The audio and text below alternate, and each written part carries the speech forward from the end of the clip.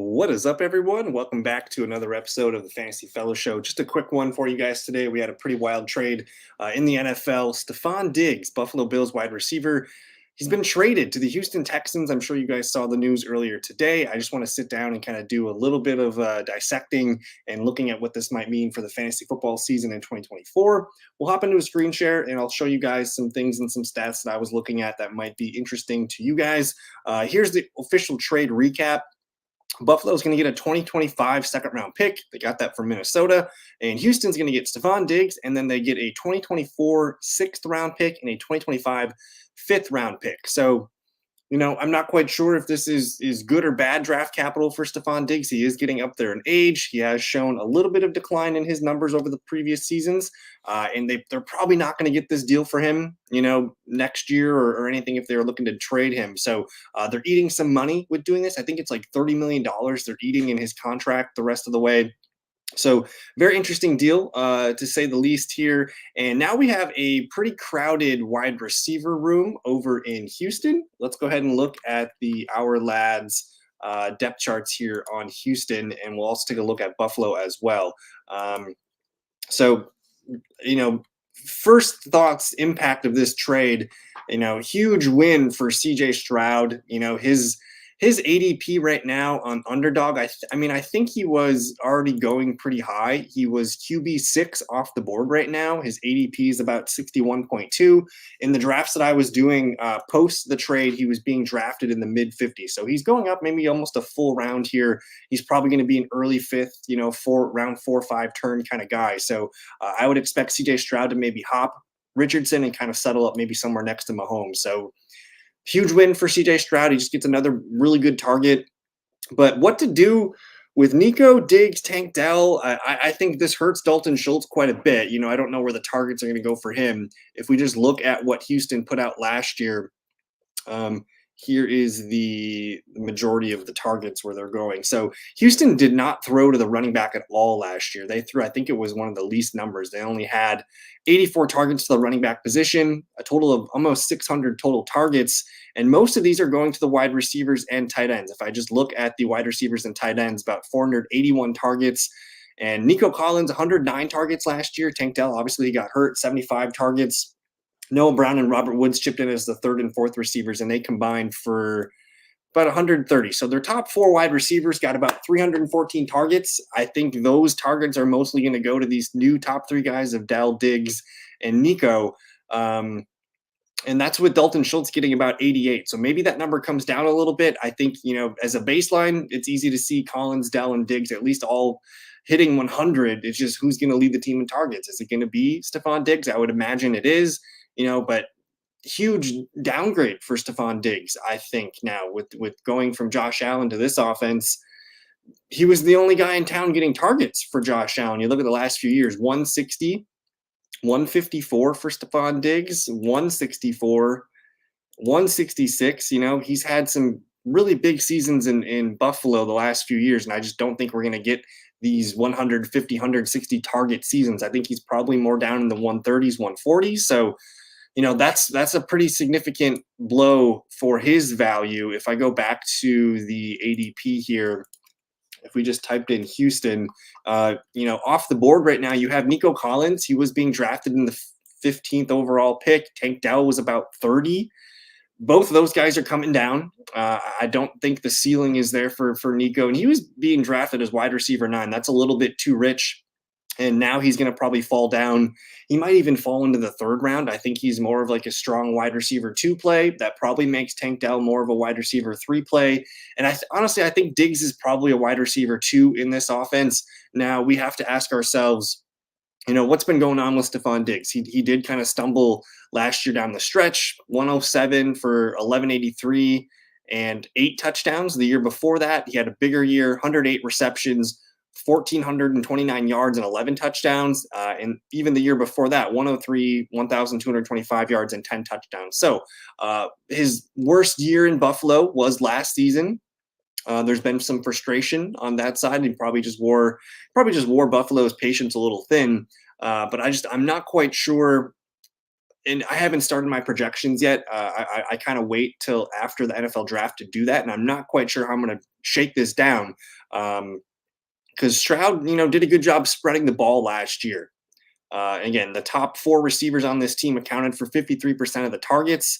Dalton Schultz, you add Dalton Schultz into that, that's roughly 67% of his targets went to those 5 players. So I'm probably going to have to divide those up a little bit.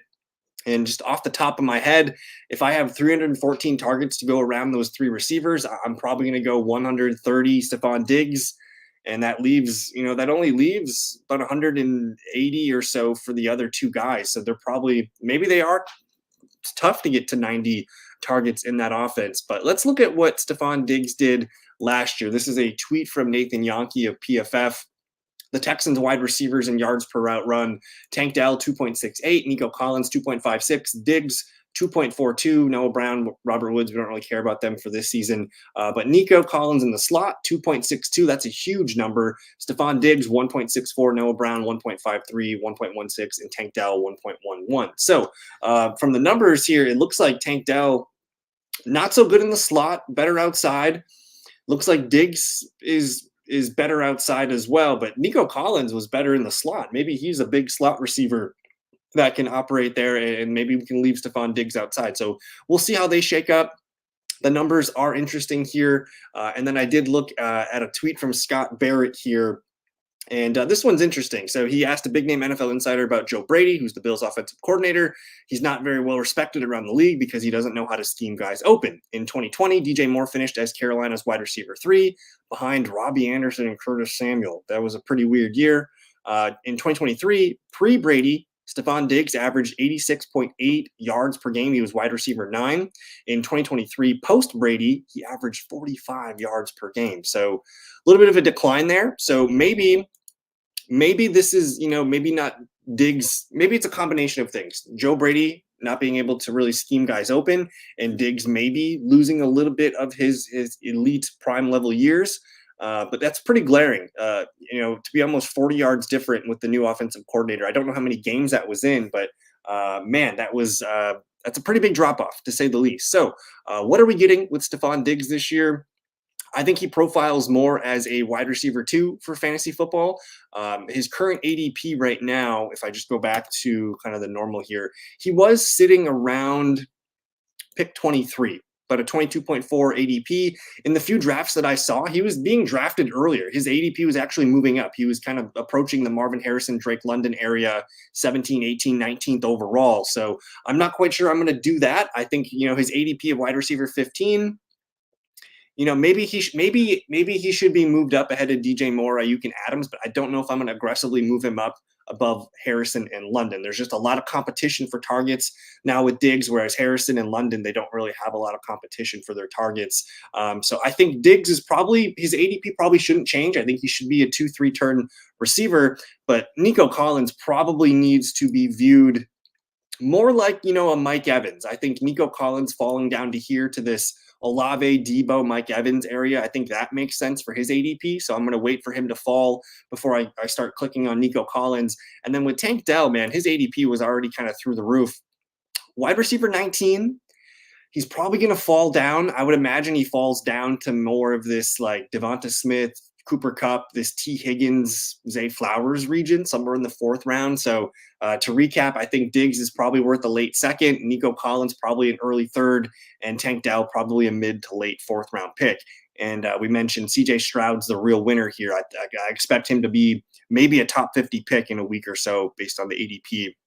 And then another silent winner in this, I think it's Joe Mixon. Just the offense gets better. That's going to lead to more, more first downs, more touchdown opportunities, more red zone opportunities. I think Joe Mixon's a big winner in all this for Houston. And the big loser it's going to be Dalton Schultz. It's going to make him almost, I don't want to say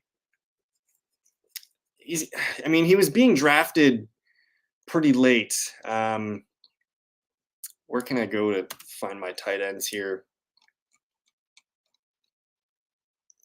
Let's go to all entries 100. Let's see where Schultz was being drafted. He might be on the next page. Alrighty, so Dalton Schultz, he was going off the board as T13. I think that's fine. The guys behind him, TJ Hawkinson, Cole Kmet, Pat Fryermuth, he's probably going to slide a little bit here. Maybe, his ADP is 115 right now. Maybe he dips into the 130s by Cole Kmet, something like that. He'll fall a round or two. And he's just going to be a tight end 2 for me. I don't think he's a tight end 1 this season. But now we've kind of covered the case for the Houston Texans. I'm super excited to see how this offense is going to work. I think this is a really nice all-in move to potentially win a Super Bowl this year. And that's what you got to do. You got to take advantage of these rookie quarterback windows. So I love the move for the Texans. But, man, what is going on in Buffalo? So I do want to look at the Bills' draft capital for this year. I think there's a good opportunity for them to maybe go acquire a receiver yet via trade, whether that's Brandon Ayuk, T. Higgins. Maybe there's another disgruntled receiver out there that wants a shot.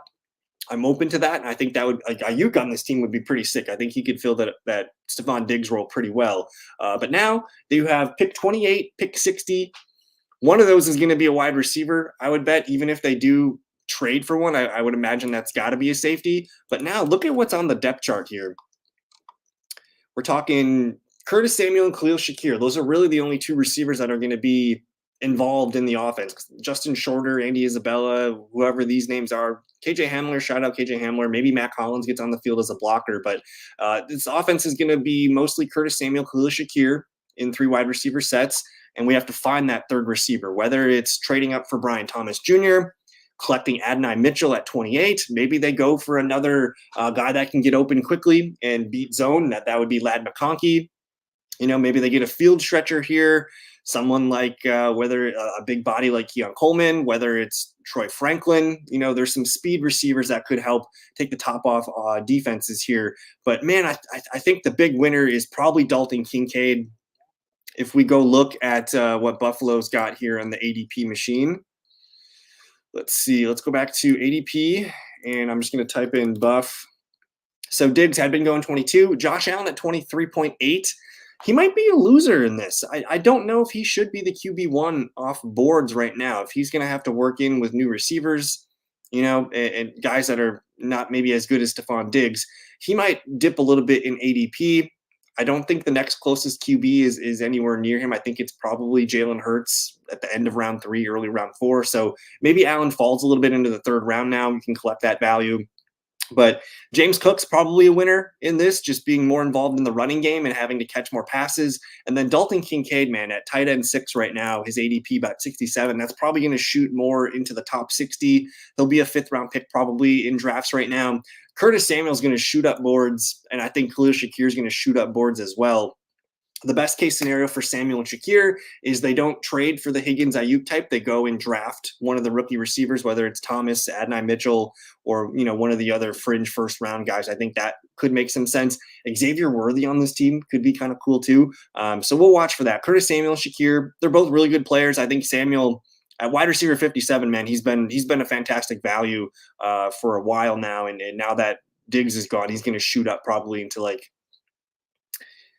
fringe top 100 pick. I think Curtis Samuel probably going to be looking at top 100 pretty soon here until they sign somebody, and then that we can react off that data point. So Khalil Shakir, he'll move up too. He'll probably be moving up around to where Samuel is, but those 2 guys win for sure. Kincaid the big winner, and I think James Cook's probably been a really good pick the last couple weeks here. If you've been drafting him at the end of the 4th, early 5th round pick, he's going to be heavily involved in this offense. And he might be the face of the offense this year too, just getting a ton of touches. So we'll see. I'm nervous about Josh Allen, though. Losing his receiver, his best receiver from the past 4 years, that's scary. He's been a 4,000-yard passer for those 4 straight years.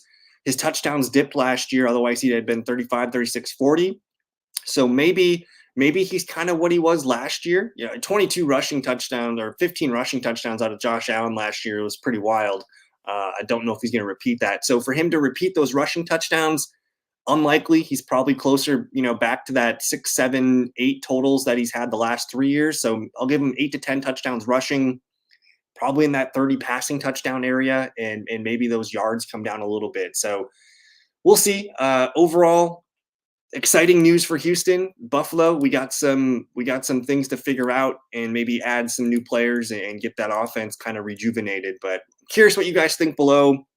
Should Buffalo, they're paying a lot of money for Diggs to not be on the roster. I don't know if they can afford a high-profile trade like a Higgins or Ayuk who want a new contract. So I think it's very likely that they're collecting a wide receiver at 28, or they're going to move up for Brian Thomas, which I think would be exciting. Curious what you guys think in the comments below. Let me know. Do you guys like this for Houston, for Buffalo? Are you excited for Buffalo? Let me know what you guys think in the comments. Either way, thanks for watching. We'll see you guys next time. Peace.